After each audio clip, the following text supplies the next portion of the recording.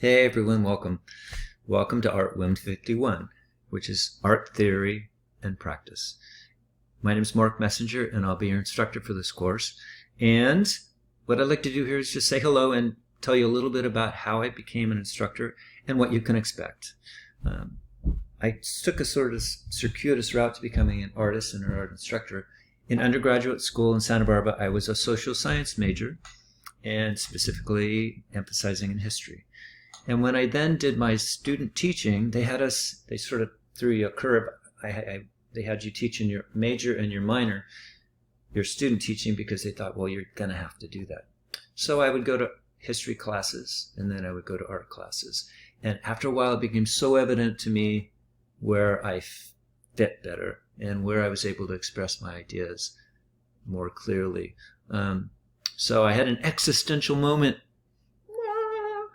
I decided to quit what I was doing and go back and get a major in art and then go through the program again to get a credential. Well, it seemed to be okay.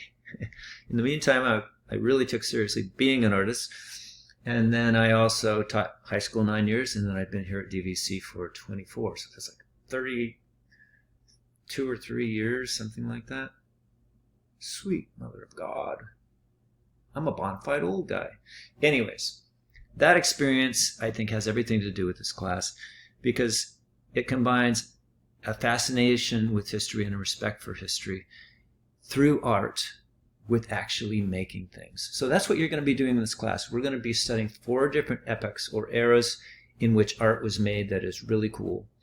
And we're going to be trying to understand why and how that art was made. What was the context behind it? What were the people's pressures and what were their aspirations and why were they doing it? And simultaneously, you are going to be making original art in a similar vein. You're not going to be making replicas of what we've studied, but you are going to be vibing on it, and you're going to be infusing into it your own personal point of view and your own idea about your context in our culture and in the world. For example, we all live in the Bay Area, right?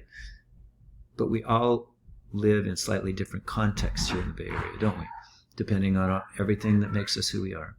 Anyways, that's the goal of the class, that we're studying art and studying art history and studying humanity. Really, that's what you're doing. And then simultaneously, we are studying and expressing ourselves through making art. Lastly, if you don't have a good time doing it, then I'm not doing my job. And we're going to be learning from each other.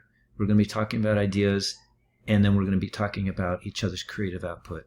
And that is a lot of fun. And so if there's one thing I've learned from ceramic studios is that they can be very exciting places to be. This is going to be a virtual ceramic studio, but we're going to be sharing ideas and expressions nonetheless. So I look forward to seeing you. The next place you should go is to modules. Check out the homepage, check out modules, and there's another video there where we'll talk about what to do next. All right, look forward to seeing you here, and go to modules. Bye-bye.